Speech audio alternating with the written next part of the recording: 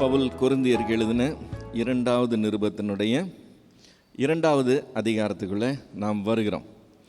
இந்த 2வது அதிகாரத்தினுடைய முதல் 10 வசனங்களில் நாம் பார்த்தோம் சொன்னால், தனக்கு துக்கம் உண்டாக்கின ஒருவனை பற்றி பவுல் பேசுகிறத நம்ம பார்க்கிறோம்.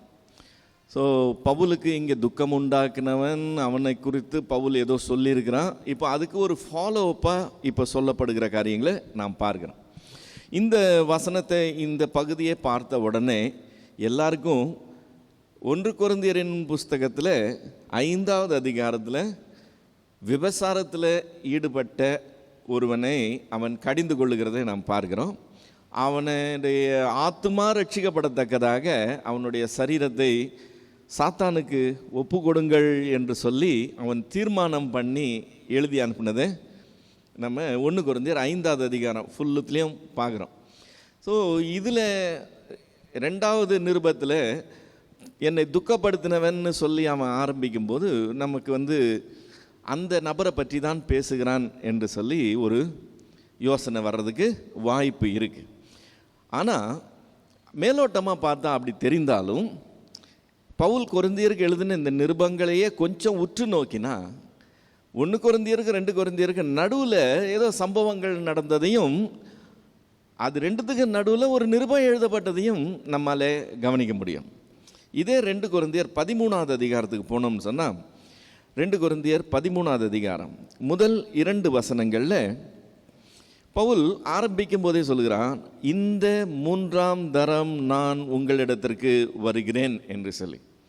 ஆக்சுவலாக பவுல் இது 2வது முறை தான் வருகிறதா நமக்கு அப்போஸ்தலர் நடவடிக்கைகள்லேருந்து கிடைக்கிற தகவல் வருது. ஆனால் பவுல் இந்த தடவை போகிறது 2வது தடவை இல்லை, 3வது தரம் என்று சொல்லுகிறான். இந்த 3ஆம் தரம் உங்களிடத்தில் வருகிறேன், சகல காரியங்களும் 2-3 சாட்சிகளின் வாக்கினால் நிலை வரப்படும். 2-3 சாட்சினால் நிலை வரப்படும்னா அது முக்கியமான ஏதாவது ஒரு நல்ல காரியம் அல்லது கெட்ட பொல்லாத காரியமாக இருக்கணும். ஏதாவது சண்டைக்கு தீர்வுனாலும் அது மாதிரி சாட்சியில் வச்சு முடிப்பாங்க, அல்லது ஏதாவது பிஸ்னஸ் டிரான்சாக்ஷன்னாலும் சாட்சி வச்சு முடிப்பாங்க. ஸோ இவன் ஏதோ முக்கியமான காரியத்தை பற்றி பேசுகிறான். எந்த காரியங்கள்னாலும் 2-3 சாட்சியின் வாக்கினால் நிலை வரப்படும். நான் 2ஆம் தரம் உங்களிடத்தில் இருந்தபோது சொன்னது போலன்னு சொல்லி ஆரம்பிக்க. அவள் 2வது தரம் அங்கே இருந்தப்போ ஏதோ சம்பவம் நடந்திருக்கு, அப்போது எதையோ சொல்லியிருக்கிறான். அப்போ நான் என்ன சொன்னேன் அப்படின்றது சொல்லுகிறான். அப்போ சொன்னது போல இப்பொழுதும் தூரமாக இருந்து உங்களிடத்தில் இருக்கிறவனாக நான் மறுபடியும் வந்தால் தப்ப விட மாட்டேன் என்று முன்பு பாவம் செய்தவர்களுக்கும் மற்ற எல்லாருக்கும் முன்னறிவித்து எழுதுகிறேன். அப்போ 2ஆம் தரம் வந்திருந்தப்போ என்ன சொல்லியிருக்கிறான்? நான் மறுபடியும் வந்தால் தப்பு செய்கிறவங்கள நான் தப்ப விடமாட்டேன் அப்படின்னு ஒரு கடிந்து பேசிட்டு போயிருக்கிறது இந்த 2 வசனங்கள்லேருந்து தெரியுது. ஸோ நான் 3ஆம் தரம் வருகிறேன்னு சொல்லுகிறான். 2ஆம் தரம் வந்தபோது நான் மறுபடியும் வந்தால் தப்ப விட மாட்டேன்னு சொல்லிட்டு போயிருக்கிறான். 3வது முன்பு பாவம் செய்தவர்களையும் மற்ற எல்லாருக்கும் நான் இப்படி செய்வேன்னு சொல்லி நான் முன்னறிவித்து எழுதுகிறேன்னு சொல்லி எச்சரிக்கையாக எழுதுகிறத நம்ம பார்க்குறோம். ஸோ இந்த 2 வசனத்துலேருந்து நமக்கு என்ன தெரியுது? ஏதோ சம்திங் நடந்திருக்கு. இது 2வது தரமும் போகலை, இது 3வது தரம் போகிறான். 2வது தரம் ஏதோ நடந்திருக்கு. அந்த நடந்தது என்ன அப்படிங்கிறது நமக்கு சரியாக தெரியல. இப்போ நம்ம 2வது அதிகாரத்துக்கு போகிறதுக்கு முன்னால் முதல் அதிகாரத்தில் ஒரு 2 வசனத்தை நம்ம பாக்கி வச்சுருந்தோம். அது 2வது அதிகாரத்துக்கு முன்னோடியாக உள்ள வசனங்கள் என்று சொல்லி கடைசி 2 வசனங்களை பாக்கி வச்சுருந்தோம். இப்போ நம்ம அதிலிருந்து ஆரம்பித்து 2வது அதிகாரம் முதல் வசனம் வரைக்கும் வாசிக்கலாம். 1வது அதிகாரம் 23-24, 2வது அதிகாரம் முதல் வசனம். மேலும் நான் உங்களை தப்ப விடும்படிக்கே இதுவரைக்கும் கொரிந்து பட்டணத்துக்கு வராதிருக்கிறேன் என்று என் ஆத்துமாவின் பேரில் தேவனையே சாட்சியாக கோருகிறேன். இப்போ இதுவரைக்கும் பவுல் பேசிக்கிட்டு இருந்த அந்த டாப்பிக்கு, அந்த டோன் எல்லாம் மாறிடுது. மாற்றிட்டு இப்போது இந்த தடவை தன்னுடைய விசிட் பற்றி பேசும்போது, நான் ஏன் டிலே பண்ணி வர்றேன், உங்களை நான் ரொம்ப ஒன்று என்ன சொல்கிறது, தண்டிக்கிறது, ரொம்ப உங்களை கடினமாக நடத்துறது எனக்கு இஷ்டம் இல்லை. நான் உங்களை தப்ப விடும்படிக்கே இவ்வளோ நாள் நான் டிலே பண்ணியிருக்கிறேன். அதை நான் தேவன் பேர சாட்சியாகவே கோருகிறேன்னு சொல்கிறேன். உங்கள் விசுவாசத்திற்கு நாங்கள் அதிகாரிகளாயிராமல் உங்கள் சந்தோஷத்துக்கு சகாயராக இருக்கிறோம். விசுவாசத்தினாலே நிலை நிற்கிறீர்களே அப்படின்னா என்ன அர்த்தம்? நாங்கள் உங்கள் விசுவாசத்தை கமெண்ட் பண்ணுறதில்ல, ஆனால் நீங்கள் கர்த்தருக்குள்ளே சந்தோஷமாக இருக்கிறதுக்கு என்ன செய்யணுமோ அந்த சகாயத்தை செய்கிறது தான் எங்களுடைய ஊழியத்தினுடைய முக்கியமான காரியமாக இருக்குது. நாங்கள் கடிந்து பேசுகிறோம்னா நீங்கள் அதை தப்பாக நினச்சிக்கூடாது. அது உங்களுடைய நல்லதுக்காக, கர்த்தருக்குள்ளே நீங்கள் பின்னால் சந்தோஷமாக இருக்கணுன்றதுக்காக இப்போ செய்கிற காரியம். அதை சொல்லிவிட்டு முதல் வசனம் 2வது அதிகாரம் முதல் வசனத்தில், நான் துக்கத்துடனே உங்களிடத்தில் மறுபடியும் வராதபடிக்கு எனக்குள்ளே தீர்மானித்து கண்டேன். அப்படின்னா என்ன அர்த்தம்? இதுக்கு முந்தின தடவை துக்கத்தோட வெளியேறி இருக்கிறான்னு அர்த்தம். நான் துக்கத்தோடு வெளியேறினேன், இந்த முறை வரும்போது நான் துக்கத்தோடு உங்களை பார்க்கக்கூடாதுன்னு சொல்லி நான் கொஞ்சம் அதில் உறுதியாக இருந்தேன், நான் ஜாக்கிரதையாக இருந்தேன்னு சொல்லுகிறேன். என்ன அந்த துக்கத்தோடு வெளியேறினதுன்னு சொன்னால், முதல் தடவை வந்ததாக நம்ம பார்க்குறோம்ல, அப்போஸ்தலர் 18வது அதிகாரத்தினுடைய 18வது வசனம் வரைக்கும், 1லேருந்து 18 வரைக்கும் அவன் 1.5 வருஷம் அங்கே ஊழியம் செய்த தகவல் இருக்குது. அதில் 18வது வசனத்தில் அவன் வெளியேறின தகவல் இருக்குது. அந்த வெளியேறின தகவலை நம்ம பார்த்தோம்னு சொன்னால், அப்போஸ்தலர் 18:18 பவுல் அநேக நாள் அங்கே தரித்திருந்த பின்பு சகோதரரிடத்தில் உத்தரவு பெற்றுக்கொண்டு தனக்கு ஒரு பிரார்த்தனை உண்டாயிருந்தபடியினால் கெங்கிரேயா பட்டணத்தில் தலை சவரம் பண்ணி கொண்டு சீரியா தேசத்துக்கு போக கப்பல் ஏறினான். பிரிஸ்கில்லாலும் ஆக்கிலாலும் அவனோடு கூட போனார்கள். இப்போ இங்கே ஏதாவது துக்கத்தோடு கிளம்பி போனதா, ஏதாவது பிரச்சனையோடு கிளம்பி போனதா? ஒன்றும் இல்லை. எல்லார்கிட்டையும் வழி அனுப்பி கொண்டு தான் இவன் கிளம்பி போகிறான். நார்மல் பிரியாவிடை பெற்று தான் கிளம்பி போகிறான். ஸோ துக்கத்துடனே உங்களை விட்டு நான் போயிட்டேன், இப்போ நான் உங்களை துக்கத்துடனே மறுபடியும் சந்திக்கக்கூடாதுன்னு அவன் சொல்கிறதுனால கன்ஃபார்மாக தெரியுது 2வது வருகை ஒன்று இருந்திருக்கு. அவன் 2வது தடவை போயிருக்கிறான் கொரிந்து பட்டணத்துக்கு. அந்த பிரயாணத்தில் ஏதோ துக்ககரமாக நடந்திருக்கு. அது மட்டும் இல்லாமல் இவன் இந்த நிருபம் எழுதுறதுக்கு முன்னாடி காரசாரமாக ஒரு நிருபம் வேறு எழுதி அமைச்சிருக்கிறான்னு சொல்லி இதில் இந்த கான்டெக்ட்லேயே வந்துடும். தொடர்ந்து வாசிக்கலாம். நம்ம 2வது அதிகாரத்துக்கு போவோம். 2 கொரிந்தியர் 2வது அதிகாரம் 2-3 வசனங்கள். நம்ம 1 வரைக்கும் வாசித்தோம். இப்போ 2-3, நான் உங்களை துக்கப்படுத்தினால் என்னாலே துக்கம் அடைந்தவனே அல்லாமல் என்னை எவன் என்னை சந்தோஷப்படுத்துவான்? என்னுடைய சந்தோஷம் உங்கள் எல்லாருக்கும் சந்தோஷமாக இருக்கும் என்று நான் உங்கள் எல்லாரையும் பற்றி நம்பிக்கை உள்ளவனாக இருந்து, நான் வரும்போது என்னை சந்தோஷப்படுத்த வேண்டியவர்களால் நான் துக்கமடையாதபடிக்கு அதை உங்களுக்கு எழுதினேன். அப்படின்னு என்ன அர்த்தம்? ஒரு நிருபம் முன்னாடி எழுதப்பட்டிருக்கு. அந்த நிருபம் ஒரு நல்லத்தனமாக வெறும் என்கரேஜ்மெண்ட்டாக ஒரு சந்தோஷமான ஒரு பகிர்வாக தெரிஞ்ச மாதிரி தெரியல. நான் அதை உங்களை துக்கப்படுத்துறதுக்காக எழுதலை அப்படின்னா என்ன அர்த்தம்? அதை படித்தாலே அவங்களுக்கு துக்கம் வரும்னு அர்த்தம் இல்லையா? நான் இதை உங்களை துக்கப்படுத்துறதுக்காக எழுதலைன்னா அதில் உள்ள வார்த்தைகள் அவங்கள துக்கப்படுத்துகிற வார்த்தைகள்.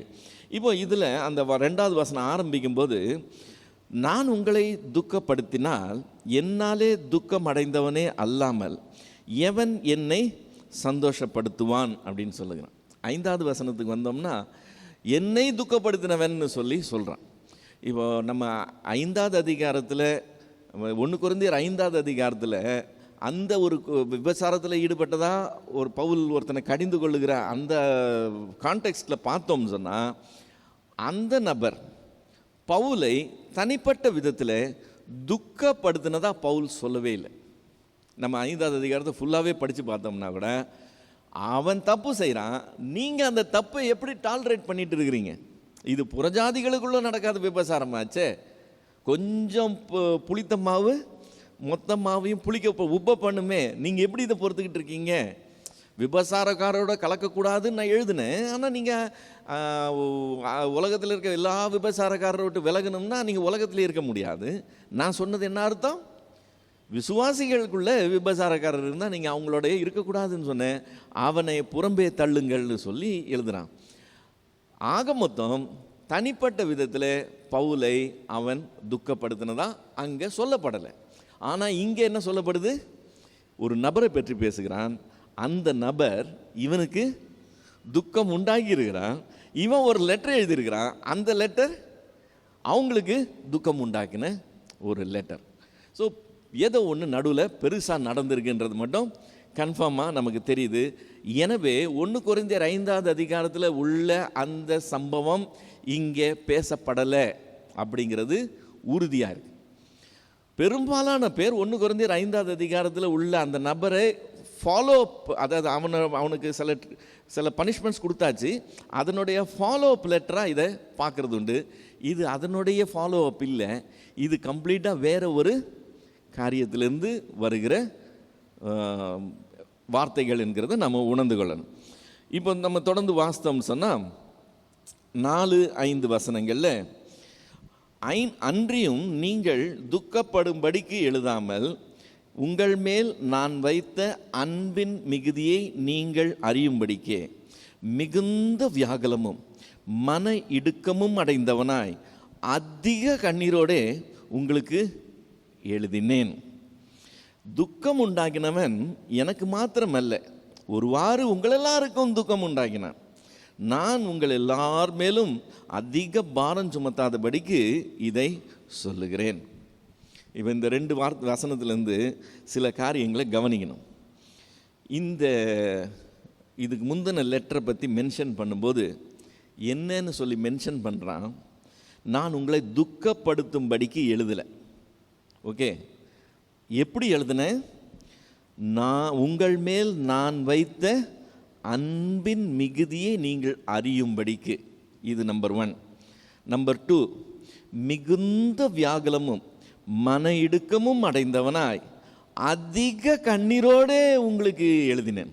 இப்போ 1 கொரிந்தியரை ஃபுல்லாக படித்தோம்ல, 1 ஃபுல்லாக படிக்கும்போது பவுல் எங்கேயாவது மிகுந்த வியாகுலமும் மன இடுக்கமும் அடைந்தவனா அதிக கண்ணீரோடு அந்த நிருபத்தை எழுதினதா நமக்கு எங்கேயாவது இம்ப்ரெஷன் கிடைக்குதா? இல்லை. 1 கொரிந்தியர் படிக்கும்போது என்ன தெளிவாக தெரியுது? 1 கொரிந்தி பட்டணத்திலேருந்து கொஞ்சம் பேர் இங்கே வந்திருக்கிறாங்க. அங்கே நடந்த சில காரியங்களை இங்கே சொல்கிறாங்க.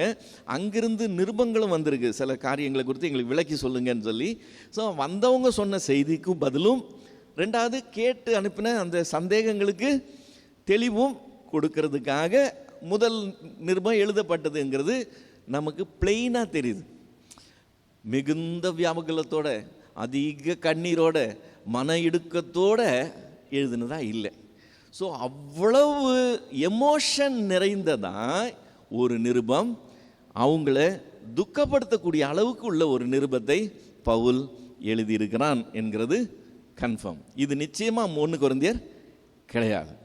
ஓகே, தொடர்ந்து வாஸ்தவம் சொன்னால், ஓகே, இதில் இந்த 5வது வசனத்தில் துக்கம் உண்டாக்கினவன் எனக்கு மாத்திரமல்ல, ஒருவாறு உங்கள் எல்லாருக்கும் துக்கம் உண்டாக்கினான்னு சொல்லுகிறான்ல. இந்த வார்த்தைக்கு அர்த்தம் என்னன்னு சொன்னால், பவுல் அங்கே போனப்போ ஏதோ ஃபேஸ் டு ஃபேஸ் ஒரு ப்ராப்ளம் நடந்திருக்கு. அந்த சிச்சுவேஷனில் பவுலுக்கு சப்போர்ட் பண்ணியிருக்க வேண்டிய அந்த சபையார் கொடுக்க வேண்டிய ஆதரவை கொடுக்காம போயிட்டதுனால பவுலால் ஒன்றும் பேச முடியாமல் அவன் ரிட்டர்ன் வந்திருக்கிறான். இப்போது இவனையும் குற்றம் சொல்லி அவங்களையும் குற்றம் சொல்லி எல்லாரையும் டேமேஜ் பண்ணுறது பவுலினுடைய நோக்கமாய் இருக்கலை. அவன் என்ன சொல்கிறான்? அவன் பேசுனா நீங்கள் அமைதியாக இருந்தீங்க, அதை ஒரு குற்றமாக நான் உங்கள் மேலே சுமத்துறதுக்கு பதிலாக எனக்கு துக்கம் உண்டாக்கினவன் ஒருவாறு உங்களுக்கும் துக்கம் உண்டாக்குனான்னு சொல்லி அதை ஒரு பொதுப்படையாக கொண்டு போயிடுறான். ஏதேதோ காரணத்தினால நீங்கள் பேச முடியாமல் இருந்துட்டீங்க, அதுக்காக நீங்கள் அவன் பக்கம் சைட் பண்ணீங்கன்னு அர்த்தம் கிடையாது. நீங்கள் எனக்கு ஆதரவளிக்காததுனால நீங்கள் அவன் பக்கம் நிற்கிறீங்கன்னு அர்த்தம் இல்லை. நீங்கள் வேறு காரணம் இருக்கலாம், ஏதோ ஒரு காரணத்துக்காக நீங்கள் என் பக்கம் சைட் பண்ணல. எனக்கு துக்கம் உண்டாக்கினவன் உங்களுக்கும் கூட என்ன பண்ணிடுறாங்க, நீங்கள் ஹாப்பியாக அதை செய்யலை, நீங்களும் கூட துக்கப்பட்டிருக்கிறீங்க அப்படின்னு சொல்லி சொல்கிறத நம்ம பார்க்குறோம். இப்போது தொடர்ந்து வாசித்தோம்னு சொன்னால் 6லேருந்து 10 வரைக்கும் வாசித்தோம்னு சொன்னால் அந்த காட்சி மொத்தமாக மாறுது. இப்போ 5 வரைக்கும் அவன் பேசுனது ஒரு மாதிரி சீரியஸான விஷயம். நான் வந்தப்போ இப்படி இப்படி நடந்தது, நான் அதுக்காக தான் இப்படி எழுதி அனுப்பினேன், நீங்கள் அதை இப்படி எடுத்துக்கக்கூடாதுன்னு சொல்லி அப்படி பேசிவிட்டு இப்போ 6லேருந்து 10 வரைக்கும் பேசும்போது காரியங்கள் எல்லாம் ஓரளவுக்கு இப்போது சீரடைஞ்சு சபையில் ஒரு சமாதானம் நிலவுகிற காரியத்தை கவனித்து அதுக்கு பதில் சொல்கிற மாதிரி அவன் சொல்கிறான். என்னன்னு சொல்கிறான், அப்படிப்பட்டவனுக்கு அநேகரால் உண்டான இந்த தண்டனையே போதும்.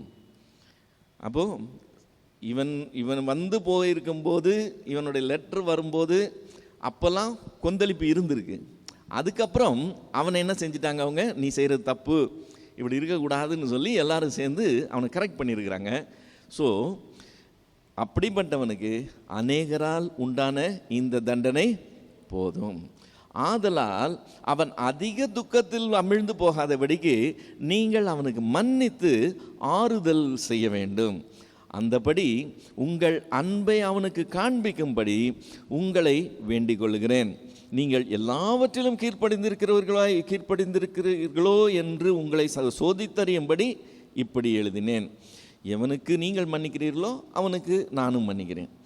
மேலும் எதை நான் மன்னித்திருக்கிறேனோ அதை உங்கள் நிமித்தம் கிறிஸ்துவனுடைய சன்னிதானத்திலும் மன்னித்திருக்கிறேன் அப்படின்னு சொல்லி அதுக்கு ஒரு ஃபுல் ஸ்டாப் வைக்கிற டோனில் பேசுகிறான். என்ன இது கடந்தது கடந்து போனதா இருக்கட்டும்.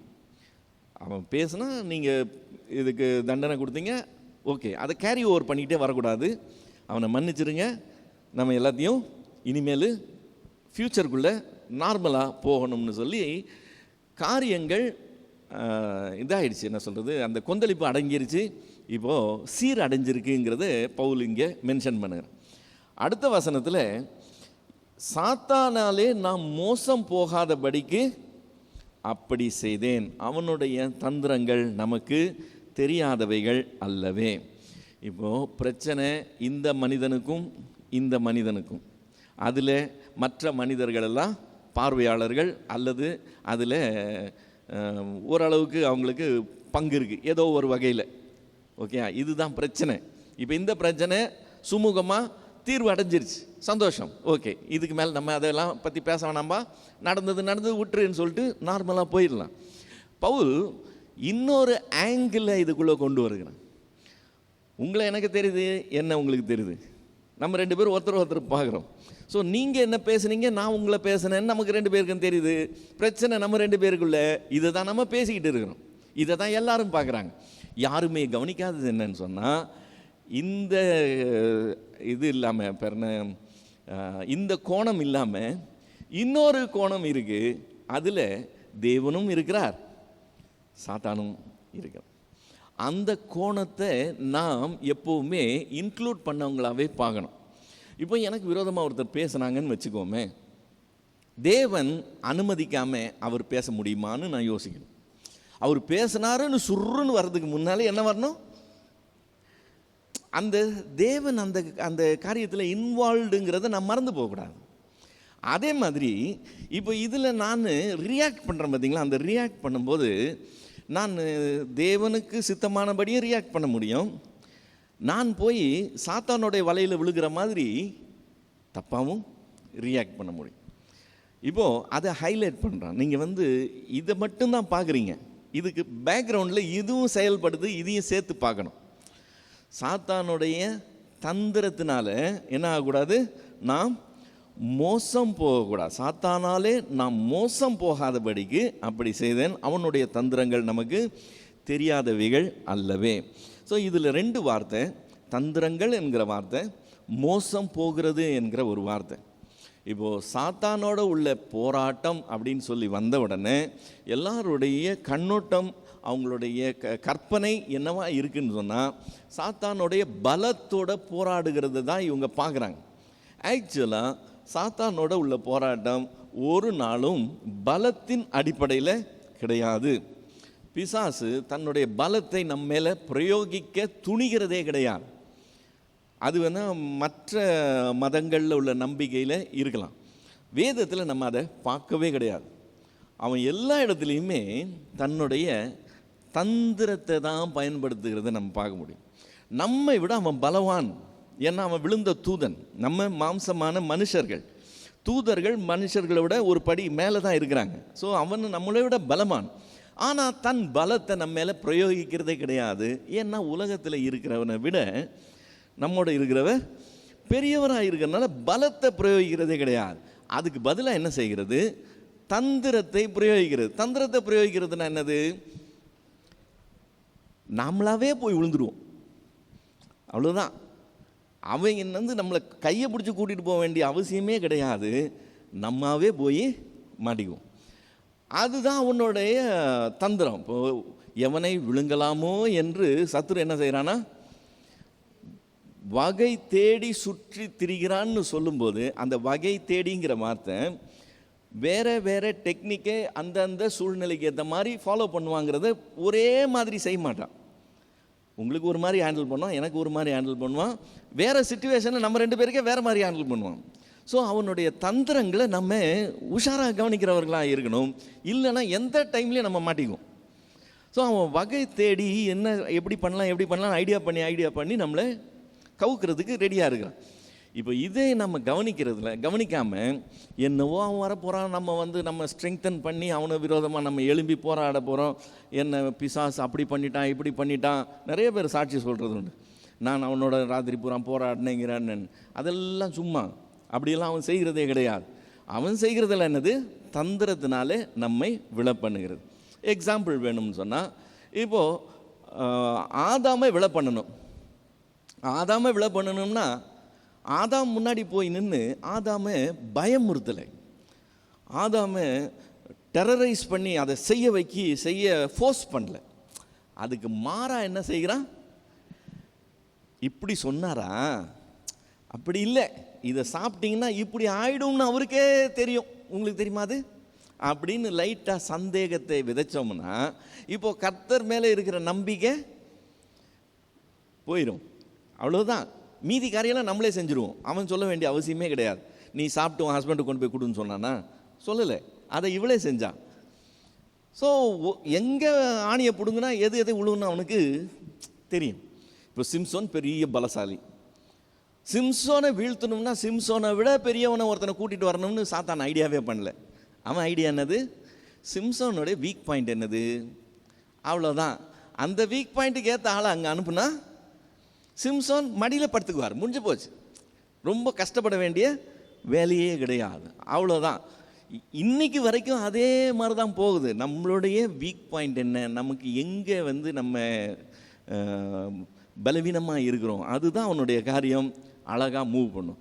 ஸோ எபேசியர் 6வது அதிகாரத்தில் தேவனுடைய சர்வாயுத வர்க்கங்களையும் தரித்து கொள்ளும்படி நமக்கு இன்ஸ்ட்ரக்ஷன் இருக்குது. எதுக்காக தரித்து கொள்ளும்படி இன்ஸ்ட்ரக்ஷன் இருக்குது? எபேசியர் 6வது அதிகாரம் 10லேருந்து 13 வரைக்கும். கடைசியாக சகோதரரே, கர்த்தரிலும் அவருடைய சத்துவத்தின் வல்லமையிலும் பலப்படுங்க. நீங்கள் பிசாசின் தந்திரங்களோடு எதிர்த்து நிற்க திராணி உள்ளவர்கள் ஆகும்படிக்கு என்ன பண்ணுமா? தேவனுடைய சர்வாயுத வர்க்கத்தையும் தரித்து கொள்ளுங்கள். சர்வாயுதம்னு சொல்கிறது ஒரு ஆயுதம் கிடையாது. எல்லா ஆயுதங்களையும்னு சொல்லும்போது அதை சர்வ ஆயுதம்னு சொல்லுகிறேன். தலையிலேருந்து கால் வரைக்கும் விதவிதமான ஆயுதங்களை பற்றி பேசுகிறான். அது ஒன்று சேர்த்து எல்லாத்தையும் நீங்கள் அணிந்தவர்களாக இருக்கணும்னு சொல்லும்போது சர்வ ஆயுதத்தையும் நீங்கள் தரித்தவர்களாக இருக்கணும். எதுக்காக? பிசாசனுடைய தந்திரங்களை எதிர்த்து நிற்க. அப்போ தான் திராணியே உண்டாகுமா. அவனுடைய தந்திரத்தை எது, அவனுடைய வல்லமைக்கு எதிர்த்து கிடையாது. நம்ம எப்போ பார்த்தாலும் இந்த முனிவர்கள் அரக்கர்களோட போராடினது, தேவர்கள் அரக்கர்களோட போராடினது, இந்த மாதிரி உள்ள இது இருக்குல்ல, இப்போ நம்மளுடைய புராண கதைகள், அந்த அடிப்படையிலேயே நம்ம ஆவிக்குரிய உலகத்தை புரிந்து கொள்ளுகிறவர்களாக இருக்கிறோம். அதனால தான் ஏகப்பட்ட மிஸ் அண்டர்ஸ்டாண்டிங் இருக்குது. அது அப்படி கிடையாது. இவன் எப்போவுமே தன்னுடைய தந்திரத்தை தான் பயன்படுத்துவான். அப்படியே நம்ம தொடர்ந்து வாஸ்தவம்னு சொன்னால் ஏனெனில் மாம்சத்தோடும் இரத்தத்தோடும் அல்ல, துரைத்தனங்களோடும் அதிகாரங்களோடும் இப்பிரபஞ்சத்தின் அந்தகார லோகாதிபதிகளோடும் வானமண்டலத்தில் உள்ள பொல்லாத ஆவிகளின் சேனைகளோடும் நமக்கு போராட்டம் உண்டு. அதனால் நம்ம போராடி போராடி களைச்சு போயிடுவோம்னு சொல்லலை. ஆகையால் தீங்கு நாளில் அவைகளை நீங்கள் எதிர்த்து நிற்கவும் சகலத்தையும் செய்து முடித்தவர்களாய் நிற்கவும் திராணி உள்ளவர்களாகும்படிக்கு தேவனுடைய சர்வ ஆயுத வர்க்கத்தையும் எடுத்துக்கொள்ளுங்க. நீங்கள் அந்த ஆயுத வர்க்கங்கள்லாம் அவனுடைய தந்திரத்தை தோற்கடிக்கிறதுக்காக தேவன் நமக்கு தரிப்பிக்கிற காரியம். இதை தரிப்பித்து அந்த போராட்டத்தில் நம்ம மேற்கொண்டு கடந்து வரணும்னு தேவன் விரும்புகிறார். ஸோ அவனுடைய போராட்டம் எப்பவும் தந்திரத்தின் அடிப்படையில் அவன் நம்மை மோசம் போக்குகிறவன். அதை மறந்து போகக்கூடாது. நம்ம நம்பி நம்பி ஏமாந்து போயிடுவோம். அவன் நம்மை மோசம் போக்குகிறவன். அதுக்கு பிரயோகப்படுத்தப்படுகிறது என்னது? அவனுடைய தந்திரம். அவன் தந்திரசாலி. அதை மட்டும் ஞாபகம் வச்சுக்குவோம். இப்போ நம்ம இதுக்கு மறுபடியும் போனோம்னு சொன்னால் 2வது அதிகாரத்துக்கு போனோம்னா 12-13 வசனங்களில் பவுல் சப்ஜெக்டை மறுபடியும் மாற்றுறான். இப்போ இந்த முறை கொரிந்துக்கு புறப்பட்டு வர்றது ஏன் புறப்பட்டு வர்றான்? ஒரு லெட்டர் எழுதி அனுப்பிச்சாச்சு. அந்த லெட்டர் அவங்களுக்கு துக்கம் உண்டாக்குற லெட்டர். அந்த லெட்டருக்கு அவங்க ரியாக்ஷன் என்னன்னு தெரிஞ்சுக்கிறதுக்கு இவர் தீத்து அனுப்பிச்சிருக்கிறார். தீத்து போனவன் இன்னும் ரிட்டர்ன் வரல. தீத்துக்காக இவர் வெயிட் பண்ணுறார். எங்கே? துரோவா அப்படிங்கிற பட்டணத்தில் வெயிட் பண்ணுறான். எபேசு பட்டணத்தில் ஊழியத்தை முடிச்சுக்கிட்டு அங்கேருந்து புறப்பட்டு துரோவா வரைக்கும் வந்துட்டு துரோவாவில் வெயிட் பண்ணுறான். தீத்து வரல. இப்போது தீத்து வரலன்னும் போது இந்த லெட்டரை ஒரு வேளை அவங்கள டேமேஜ் பண்ணிருச்சோ, ரொம்ப பாதிப்பாகி போச்சோன்னு சொல்லி இவனுக்கு ரொம்ப மனசில் கலக்கமாக இருக்குது. அதனால் துரோவாவிலிருந்து ஊழியத்தை பாதியிலே விட்டுவிட்டு கிளம்பி இவனே நேரில் போய் பார்த்துடலான்னு சொல்லி கிளம்பி வர்றான். அநேகமாக பிலிப்பி பட்டணத்தில் தீத்துவை இவன் பார்த்துருக்கணும். ஏன்னா துரோவாலேருந்து வந்தாங்க கிரேக்க நாட்டுக்குள்ளே நுழையும் போது மக்கதோனியாவில் பிலிப்பி பட்டணம் தான் ஃபஸ்ட்டு. லூக்கா அங்கே ஊழியத்தில் இருக்கிறான். ஸோ பிலிப்பி பட்டணத்தில் இருக்கும்போது இங்கேருந்து இதுலேருந்து பிறந்த நம்ம கொரிந்திலிருந்து தீத்து ரிட்டர்ன் வந்திருக்கான். தீத்துவை பார்க்கும்போது தீத்து நல்ல செய்தி கொண்டு வருகிறான். நீ அனுப்பின லெட்டர் அவங்க நல்லதனமாக எடுத்துக்கிட்டாங்க, நீ நினச்ச மாதிரி அங்கே ஒன்றும் நீ பயந்த மாதிரி ஒன்றும் இல்லைன்னு சொல்லி நல்ல செய்தியை கொண்டு வருகிறான். இப்போது அந்த நிகழ்வை இந்த 2 வசனத்தில் சொல்லுகிறான். மேலும் நான் கிறிஸ்துவின் சுவிசேஷத்தை பிரசங்கிக்கும்படி துரோவா பட்டணத்தில் வந்தபோது கர்த்தரால் எனக்கு கதவு திறக்கப்பட்டிருக்கையில் நான் என் சகோதரனாகிய தீத்துவை காணாததினால் என் ஆவிக்கு அமைதல் இல்லாதிருந்தது. ஆதலால் நான் அவர்களிடத்தில் அனுபவித்து கொண்டு மக்கதோனியா நாட்டுக்கு புறப்பட்டு போனேன். ஸோ அவன் சொல்லும்போது இந்த ட்ராவல் பேக்ரவுண்டை நம்ம புரிந்து கொண்டோம்னா என்ன சொல்லுகிறான்றது தெரிஞ்சிடும். ஸோ இப்போ இங்கே வந்த அப்புறம் நான் கிளம்பி இங்கே வந்தாச்சு, மக்கதோனியா நாட்டுக்கு வந்தாச்சு. மக்கதோனியானில் பிலிப்பி பட்டணத்தில் இருக்கிறான். அநேகமாக பிலிப்பி பட்டணமாக தான் இருக்கணும், வேறு எங்கேயும் அவனுக்கு பெரிய இது கிடையாது. லூக்கா அங்கே ஏற்கனவே ஊழியத்தில் இருக்கான். அங்கே ஒரு சபை இருக்குது. பிலிப்பி பட்டணத்தார் இவனுக்கு ரொம்ப வேண்டப்பட்டவங்க. அவன் அங்கே இருக்கணும். ஓகே, இப்போ அவன் அங்கே இருக்கிறான்னு சொன்னால் அவன் சொல்கிறான் துரோவா பட்டணத்து ஊழியத்தை பற்றி அங்கேருந்து புறப்பட்டு வந்தது பற்றியும் 14 16 வரைக்கும் கிறிஸ்துவுக்குள் எப்பொழுதும் எங்களை வெற்றி சிறக்க பண்ணி எல்லா இடங்களிலும் எங்களை கொண்டு அவரை அறிகிற அறிவின் வாசனையை வெளிப்படுத்துகிற தேவனுக்கு ஸ்தோத்திரம். இப்போ ஆக்சுவலாக நடந்தது என்னது? துரோவா பட்டணத்தில் ஊழியத்துக்கு வாசல் திறந்திருந்தது. பவுல் தொடர்ந்து அங்கே ஊழியம் செய்திருக்கலாம். ஆனால் அதை கட் ஷாட் பண்ணிவிட்டு இவனுக்கு மனசில் ஆவியில் இது இல்லாததுனால, கலக்கம் இருந்ததுனால கட் ஷாட் பண்ணிவிட்டு கிளம்பி வந்துட்டான். இப்போ அப்படி ஊழியத்தை பாதியில் விட்டு இங்கே வந்து நின்றுக்கிட்டு இருக்கிறதுனால ஊழியம் கெட்டு போச்சா அப்படின்னு யாரும் கேட்கலாம். நீ அதை விட்டுட்டு வந்துட்டியே, ஏன் இங்கே அவசரப்பட்டு வந்தேன்னு யாரும் கேட்கலாம். அதை அவன் எக்ஸ்பிளைன் பண்ணுற விதம் என்னது? நாங்கள் எங்கே இருந்தாலும் சரி என்ன செய்வோம்? தேவனை அறிகிற அறிவின் வாசனையை வீசுகிறவர்களாக இருக்கிறோம். துரோவா பட்டணத்தில் இருந்தால் நாங்கள் அதை தான் செஞ்சுக்கிட்டு இருந்தோம். அங்கேருந்து நாங்கள் கிளம்பி வந்துட்டோம். இப்போ இங்கே வந்துட்டு நாங்கள் சும்மா இல்லை, இங்கேயும் என்ன செய்கிறோம்? தேவனை அறிகிற அறிவின் வாசனை வீசு. இது நாங்கள் நேச்சுரலாக செய்கிறது. ஸோ அங்கே ஊழியத்தை விட்டுட்டோம், இங்கே வந்து டைம் வேஸ்ட் பண்ணுறோம்னு நீங்கள் நினச்சிக்கூடாது. நாங்கள் அங்கேயே அதான் செய்தோம், இங்கே வந்தாலும் அதை தான் செய்கிறோம். அதனால் கிறிஸ்துவுக்குள் எப்பொழுதும் எங்களை வெற்றி சிறக்க பண்ணுகிற தேவனுக்கு ஸ்தோத்திரம். தேவனுடைய சித்தம் ஒன்று இருக்குது, தேவன் எங்களை கொண்டு பயன்படுத்துகிற விதம்னு ஒன்று இருக்குது. ஸோ நாங்கள் அங்கே இருந்தாலும் எங்களுக்கு என்ன எதிர்ப்பு இருந்தாலும் என்ன காரியம் இருந்தாலும் நாங்கள் அங்கேயும் வெற்றி சிறக்க பண்ணுவார்.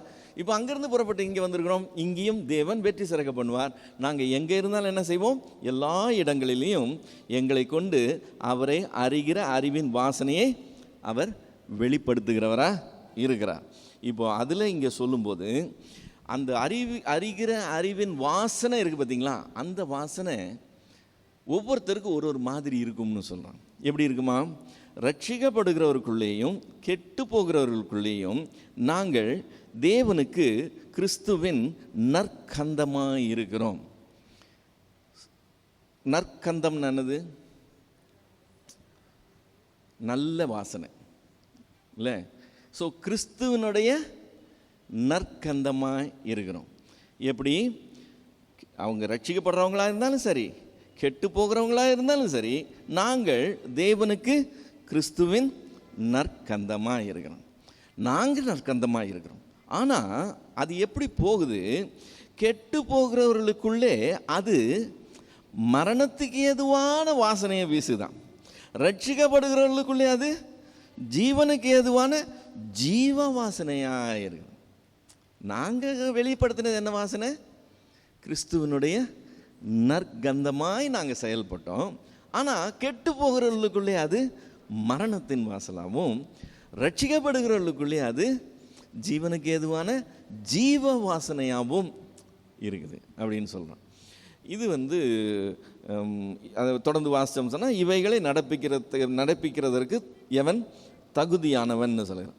இப்போ இதில் ஒரே வாசனை தான், ஆனால் வேறு வேறு விதமான ரிசல்ட்ஸ் வெளிப்படுது. எப்படி அப்படி நடக்க முடியும்? நல்ல வாசனைனா எல்லாருக்கும் நல்ல வாசனை தானே, நல்லா இல்லாத வாசனைனா எல்லாருக்கும் நல்லா இல்லாத வாசனை. அது எப்படி இவங்களுக்கு மரண வாசனையாக இருக்குது, இவங்களுக்கு ஜீவனுக்கு ஏதுவான ஜீவ வாசனையாக இருக்குது அப்படின்னு நம்ம யோசித்தோம்னு சொன்னால், எப்போவுமே எந்த காரியமுமே நாம் எப்படிப்பட்டவங்களாக இருக்கிறோமோ அதுக்கு ஏற்ற மாதிரி தான் நமக்கு அது யூஸ் ஆகும். எப்போவுமே ஒரு எக்ஸாம்பிள் சொல்லணும்னா, சங்கீதங்களின் புஸ்தகம் 68வது சங்கீதம், சங்கீதம் 68 முதல் 3 வசனத்தை வாசிக்கிறேன். சங்கீதம் 68 முதல் 3 வசனம். தேவன் எழுந்தருளுவார், அவருடைய சத்துருக்கள் சிதறுண்டு, அவரை பகைக்கிறவர்கள் அவருக்கு முன்பாக ஓடி போவார்கள். புகை பறக்கடிக்கப்படுகிறது போல அவர்களை பறக்கடிப்பீர். மெழுகு அக்கினிக்கு முன்பாக உருகுவது போல துன்மார்க்கர் தேவனுக்கு முன் அழிவார்கள். மறுபடியும் சொல்கிறேன், தேவனுக்கு முன்பாக துன்மார்க்கர் என்ன ஆவாங்க? அழிவாங்க. துன்மார்க்கர் தேவனுக்கு முன்பாக அழிவாங்க. அதே சமயத்தில் நீதிமான்களோ தேவனுக்கு முன்பாக மகிழ்ந்து களி கூர்ந்து ஆனந்த சந்தோஷம் அடைவார்கள். இப்போ தேவனுக்கு முன்பாக அழிகிறவர்களும் இருக்கிறாங்க, தேவனுக்கு முன்பாக மகிழ்ந்து களி கூர்ந்து ஆனந்த சந்தோஷம் அடைகிறவங்களும் இருக்கிறாங்க. இப்போ இவங்க ஏன் அழிகிறாங்க, இவங்க ஏன் ஆனந்த சந்தோஷம் அடைகிறாங்க? இவங்க துன்மார்க்கர், இவங்க நீதிமான். ஸோ இவங்க யாராக இருக்கிறாங்களோ அதுக்கு ஏற்ற ஒரு ரிசல்ட் கிடைக்கும், இவங்க யாராக இருக்காங்களோ அதுக்கு ஏற்ற ரிசல்ட் கிடைக்கும். தேவனாக தான் இருக்கிறார், மாற்றம் இல்லை. இது இன்னும் புரிந்து கொள்ளணும்னு சொன்னால், களிமண் எடுத்து நல்ல வெயிலில் வெளியே வச்சோம்னா நேராக நேராக அந்த களிமண் என்னாகும்? நல்லா இறுகிரும் இல்லையா? அதே சூரியன் வெப்பத்துக்கு முன்னாடி மெழுகை தூக்கி வச்சோம்னா நேராக நேராக அந்த மெழுகு என்னாகும்? உருகும். இப்போ சூரியன் ஏதாவது இதுக்கு வித்தியாசமாக கொடுத்துச்சா? இல்லை. ஆனால் எஃபெக்ட் வித்தியாசம். ஏன் எஃபெக்ட் வித்தியாசம்? இதனுடைய நேச்சர் வேறு, இதனுடைய நேச்சர் வேறு. இந்த நேச்சருக்கு ஏற்ற மாதிரி ரிசல்ட்டு மாறுபடுது. இவங்க துன்மார்க்கர், இவங்க நீதிமான்கள், இவங்க மகிழ்ந்து சந்தோஷமாக களி கூறுறாங்க, இவங்க அழிந்து போகிறாங்க. ஓகே, இதே மாதிரி இன்னொரு எக்ஸாம்பிள் பார்க்கணும்னு சொன்னால், சிலுவையை பற்றின உபதேசம் 2 விதமான ரிசல்ட் கொடுக்குது. எப்படி? ஒருத்தருக்கு பைத்தியமாக இருக்குது, இன்னொருத்தருக்கு அது தேவ பலனாக இருக்குது. ஏன் இவங்களுக்கு பைத்தியமாக இருக்குது? இவங்க கெட்டு போகிறவங்க, அவங்க ரட்சிக்கப்படுறாங்க.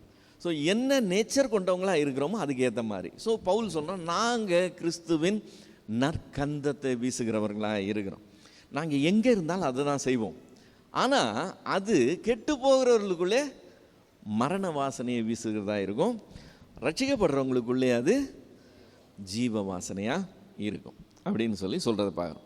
இப்போ 17வது வசனத்துக்கு வந்தோம்னு சொன்னால், அநேகரை போல நாங்கள் தேவ வசனத்தை கலப்பாய் பேசாமல் துப்புரவாகவும் தேவனால் அருளப்பட்ட பிரகாரமாகவும் கிறிஸ்துவுக்குள் தேவ சந்நிதியில் பேசுகிறோம். வசனத்தை எடுத்து உபதேசம் பண்ணணும்னு சொல்லி விருப்பப்படுறவங்க ஏராளமான பேர். எல்லாருக்கும் ஆசை என்னன்னு சொன்னால், யாருக்காவது சொல்லிக் கொடுக்கணும். பைபிள் கிளாஸ் பைபிள் காலேஜில் போயிட்டு அந்த ஸ்டூடெண்ட்ஸ் மத்தியில் நின்று, நீங்கள் ஏன் பைபிள் காலேஜில் ஜாயின் பண்ணியிருக்கிறீங்க அப்படின்னு நம்ம கேட்டோம்னா, அவங்களுடைய ஒரே பதில் என்னென்னா, நாங்கள் கற்றுக்கொண்டு போய் மற்றவங்களுக்கு சொல்லணும். அதுதான் மோட்டிவே. இப்போ மெடிக்கல் காலேஜில் எதுக்கு சேர்றாங்க? நாங்கள் கற்றுக்கொண்டு மற்றவனுக்கு ஊசி குத்தணும், மற்றவனுக்கு மாத்திரை கொடுக்கணும், இல்லையா? இப்போ மெடிக்கல் காலேஜில் சேர்கிறதுக்கும் பைபிள் காலேஜில் சேர்கிறதுக்கும் என்ன வித்தியாசம்? ஒரு வித்தியாசமும் கிடையாது. ஆக்சுவலாக பைபிள் காலேஜில் சேர்றவங்க தான் கற்றுக்கொள்ளுகிறதுக்கும் தான் புரிந்து கொள்ளுகிறதுக்கும் வந்திருக்கணும். நீ ஸ்திரப்பட்ட பின்பு தானே மற்றவங்களை பலப்படுத்துன்னு சொல்கிறாரு. நான் மற்றவங்களை பலப்படுத்துறதே என்னுடைய வேலைன்னு இல்லைல்ல, ஃபஸ்ட்டு நான் தெரிஞ்சுக்கணும்ல. அந்த நான் தெரிஞ்சுக்கணுங்கிற அந்த கான்செப்டே கிடையாது. பார்த்துக்கங்க, அவங்களுக்கு எப்போவுமே மற்றவங்களுக்கு சொல்லிக் கொடுங்க. ஸோ இந்த ட்ரெண்டு பொதுவாக ஜனங்க மத்தியில் உண்டு. சான்ஸ் கிடச்சா போதும் எல்லாருக்கும் வசனத்தை எடுத்து மற்றவங்களுக்கு சொல்லணுன்ற ஆசை இருக்குது. இப்போ இந்த ஒரு வசனத்தில் பவுல் மற்றவங்களுக்கு நீ வசனம் சொல்லி கொடுக்கணும்னு சொன்னால் எப்படி சொல்லிக் கொடுக்கணும்னு சொல்கிறான். என்ன சொல்கிறான்? அந்த வசனத்தின் முடிவில் சொல்லும்போது சொல்கிறான் என்னென்னு, கிறிஸ்துவுக்குள் தேவ சந்நிதியில் பேசுகிறோம். கிறிஸ்துவுக்குள் தேவ சந்நிதியில் இருந்து பேசுகிறவங்களா இருக்கணும். அப்படின்னா என்னது? இப்போ தேவ வசனத்தை நான் சொல்கிறேன்னா தேவன் சொன்ன வார்த்தையை தானே நான் சொல்கிறேன்னு அர்த்தம், இல்லையா? இப்போ நம்ம 2 பேர் இருக்கிறோம். நீங்கள் என்கிட்ட ஒரு காரியம் சொல்லியிருக்கிறீங்க. நீங்கள் சொன்ன காரியத்தை நான் 3வது ஆள்கிட்ட சொல்ல போகிறேன். இதுவும் அது ஒன்று தானே. தேவன் சொன்ன வார்த்தையை நான் கொண்டு வந்து இன்னொருத்தர்கிட்ட சொல்கிறேன். இதில் 3 பேர் இருக்காங்க. அதே மாதிரி நீங்கள் என்கிட்ட ஒரு காரியத்தை சொன்னீங்க, நான் இன்னொருத்தர்கிட்ட அதை சொல்கிறேன். சரியா? இப்போ நீங்கள் சொன்ன ஆள் இங்கே இல்லை, நான் 3வது ஆள்கிட்ட சொல்லிக்கிட்டு இருக்கேன். நீங்கள் எப்படி சொன்னீங்கன்னு சொல்லிக்கிட்டு இருக்கிறேன்.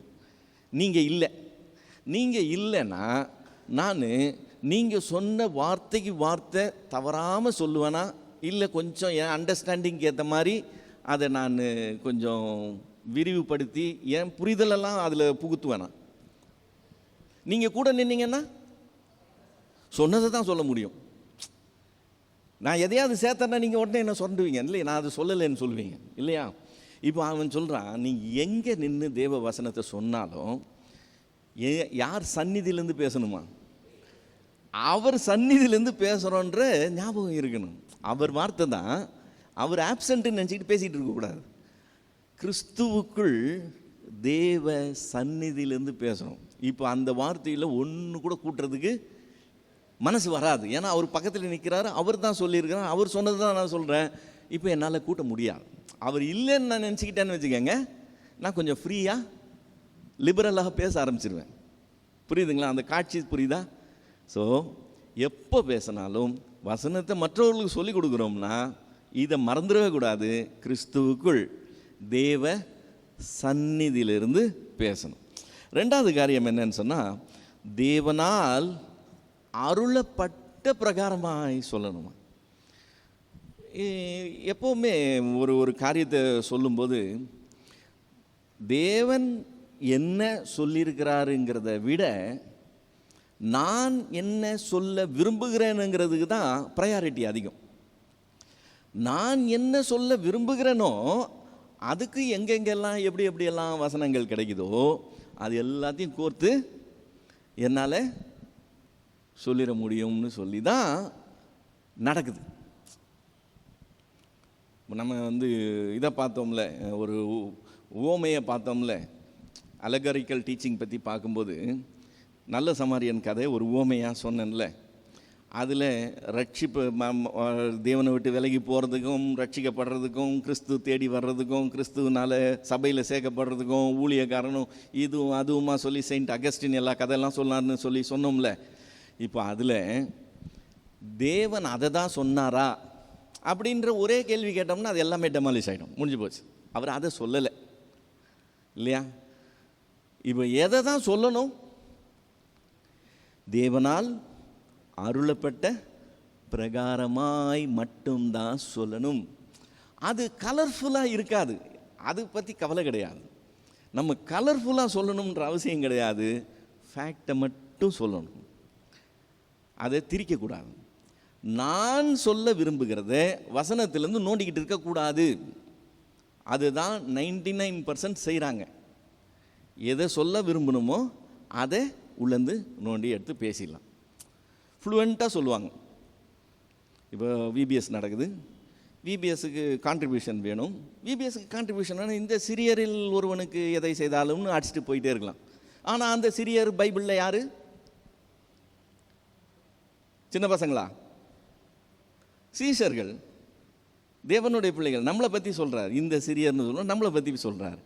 இப்போ நம்ம இந்த சிறியர்ன்ற அந்த ஒரு வார்த்தையை எடுத்துக்கிட்டு சின்ன பிள்ளைங்களை சொல்கிறதுன்னு சொல்லி சிச்சுவேஷனுக்கு ஏற்ற மாதிரி சொல்லிடலாம். தேவனால் அருளப்பட்ட பிரகாரமாய் சொல்கிறதுல கேர்ஃபுல்லாக இருக்கணும். இது ரொம்ப முக்கியமானது. ஃபஸ்ட்டு தேவனுடைய சந்நிதியிலேருந்து பேசணும், கிறிஸ்துவுக்குள் தேவ சந்நிதியிலேருந்து பேசணும். ரெண்டாவது தேவனால் அருளப்பட்டது. ஸோ நான் நினைக்கிறத சொல்லணுங்கிறது இல்லை, தேவன் என்ன சொல்ல விரும்புகிறாரோ அதை சொல்கிறது தான் என் கடமை, அதுக்காக தான் நான் இருக்கிறேன்ற அந்த ஞாபகம். மூணாவது, கலப்பில்லாமல் துப்புரவாய் பேசணும்னு சொல்கிறான். கலப்பில்லாமல் துப்புரவாய் பேசணும் அப்படின்னா என்னது? சில உள்நோக்கங்கள் இருக்கும், அந்த உள்நோக்கத்தின் அடிப்படையில் வசனத்தை போதிச்சுக்கிட்டு இருப்பாங்க. இது நீங்கள் எங்கே பார்க்கலான்னு சொன்னால், அவங்கவுங்களுடைய விஷன் இருக்குது பார்த்தீங்களா, அவங்கவுங்களுக்கு தேவன் கொடுத்துருக்க தரிசனம், அந்த தரிசனத்தை தூக்கிட்டு நம்ம தலையில் வைக்கிறதுலையே இருப்பாங்க. என்ன, அவங்களுக்கு அது பாரம், அவங்களுக்கு அந்த வசனத்தின் அடிப்படையில் தான் எல்லாமே தெரியும், அந்த வசனத்தின் அடிப்படையில் தான் எல்லாமே போதிப்பாங்க. இப்போ ஒரு மிஷன்ஸ் ஃபீல்டுலேருந்து ஒருத்தர் வராருன்னு வச்சுக்கோங்க, அவரை கூட்டிகிட்டு நீங்கள் பிரசங்கம் பண்ண சொன்னீங்கன்னு சொன்னால் அவர் கேட்பார், நீங்கள் ஏன் இங்கே வரீங்க? இங்கே இருந்து எல்லாரும் போங்க போங்க போங்கன்னு சொல்லி எல்லாரையும் ஓட்டி விடுறதுலேயே இருப்பார். அவர் சொல்கிற வசனம் எல்லாம் அதுக்கேற்ற மாதிரி இருக்கும். ஆனால் சபை பாரம் உள்ள ஒருத்தர் இங்கே பேசினார்னா எல்லாரும் வாங்க வாங்க வாங்கன்னு பேசிடுவார், அவரும் இதே வசனத்துலேருந்து தான் எடுத்து பேசுவார். புரியுதுல்ல? இப்போது இவங்களுக்குன்னு சொல்லி ஒரு அஜெண்டா இருக்குது, அந்த அஜெண்டாவை வசனத்துலேருந்து சொல்லுவாங்க.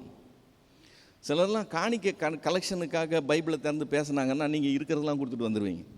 அவங்க அவ்வளோ அழகாக பேசுவாங்க, எல்லா வசனங்களும் அவங்களுக்கு எல்லாம் கோர்வையாக கிடக்கணும். ஏன்னா அது அவங்களுடைய என்ன சொல்கிறது, அவங்க தரிசனம், அவங்களுக்கு அதில் டேலண்ட் அதிகம். ஒரு ஊழியக்காரரே சொன்னார், அவங்கெல்லாம் போய் நின்னாலே 4 கோடி ரூபாய் 5 கோடி ரூபாய் கொடுக்குறவங்களாம் வந்துடுவான், அப்புறம் நம்ம போனோம்னா கொடுக்குறதையும் கொடுக்க மாட்டான், ஓடி போயிடுவான்னு சொன்னான். இது நேச்சுரல். கலப்பாய் பேசக்கூடாதுன்றது நமக்கு தெரியும். என்னுடைய அஜெண்டாவை இம்ப்ளிமெண்ட் பண்ணுறதுக்காக வசனம் இல்லை, வசனத்தை நான் என்ன செய்யக்கூடாது, என்னுடைய அஜெண்டாக்காக நான் உள்நோக்கத்தோடு எடுத்து யூஸ் பண்ணுறது சரி கிடையாது. அப்படி லாவகமாக அப்படி திரித்து கிரித்து அப்படிலாம் பேசுகிறது சரி கிடையாது. இருக்கிறத இருக்கிற மணிக்கு சொல்கிறது எப்போவுமே அவசியம். இப்போ அந்த 17வது வசனத்தை நான் மறுபடியும் வாசிக்கிறேன். அநேகரை போல் நாங்கள் தேவ வசனத்தை கலப்பாய் பேசாமல் துப்புரவாகவும் தேவனால் அருளப்பட்ட பிரகாரமாகவும் கிறிஸ்துவுக்குள் தேவ சந்நிதியில் பேசுகிறோம்.